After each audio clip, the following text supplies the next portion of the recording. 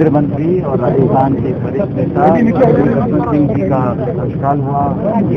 देहांत के बाद परिवार के प्रति अपना शोक प्रकट करने के लिए यहाँ पर आया था। मैं उम्मीद करता हूँ कि परमपिता परमेश्वर अपने चरणों में जसवंत सिंह जी की आत्मा को शरण देगा। उन्होंने अलग अलग पदों पर रहकर देश के लिए बहुत कुछ किया और मैं समझता हूँ पार्टी विचारधारा के ऊपर उठकर उन्होंने अलग अलग पदों पर विराज कर राजस्थान और देश में बहुत से महत्वपूर्ण कामों को अंजाम दिया और एक सफल राजनीतिक एक फौजी होने के नाते उनकी अलग एक गरिमा थी और मैं समझता हूँ हमारी राजनीति में एक बहुत बड़ी क्षति पहुंची है उनके नारे। जो हादसा का मामला था उसके बाद आपको लगता है कि कहीं ना कहीं पूरे हिंदुस्तान की जितनी स्टेट गवर्नमेंट है उनको और गंभीरता से काम करना होगा।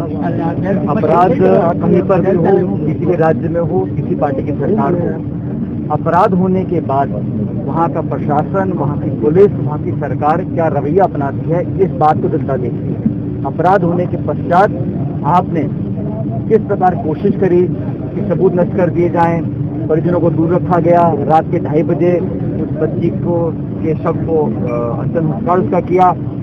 कहीं ना कहीं इसमें पारदर्शिता नहीं बरती गई और फिर अगर अपनी सांसद प्रकट करने के लिए कोई नेता या कोई जनप्रतिनिधि जाता है उसके साथ जो व्यवहार किया राहुल गांधी जी के साथ, प्रियंका जी के साथ, वो कहीं ना कहीं उनकी बौखलाहट जो ठहरी हुई सरकार है उसका परिचय देता है।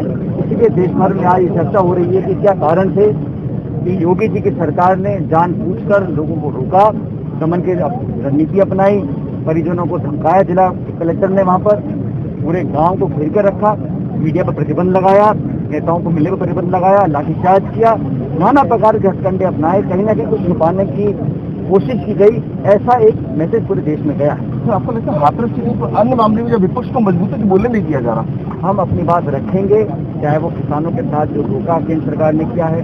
भाजपा की सरकार ने कहा था कि किसान की आमदनी दुगनी करेंगे। मैं पूछना चाहता हूँ किस किसान की आमदनी दुगनी हुई?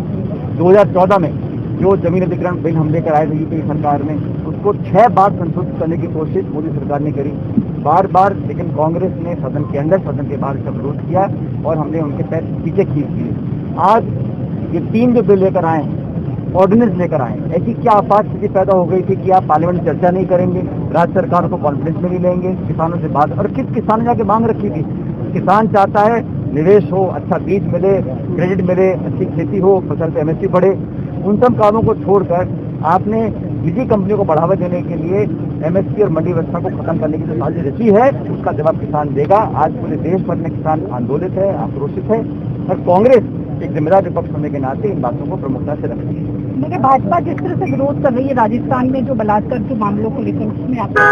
मैं समझता हूँ कि भारतीय जनता पार्टी राजस्थान के अंदर इतने खंडों में बढ़ चुकी है कि उनको मालूम नहीं है कि किस नेता का क्या रूप है। नेता कुछ कहते हैं, जो बाकी पदों पे हैं वो कुछ कहते हैं और आजकल अखबारों में सिर्फ ये दिखाता है कि भारतीय जनता पार्टी विपक्ष की भूमिका निभा नहीं पा रही है क्योंकि वो बहुत खंडित हो चुकी है। खैर वो उनका अंदरूनी मामला है। मैं इतना कहना चाह रहा हूँ कि आज देश में चाहे अपराध की बात हो, चाहे किसानों की बात हो, चाहे एक सुशासन देने की बात हो, उस पर हर जगह कांग्रेस पार्टी अपनी जिम्मेदारी से काम कर रही है।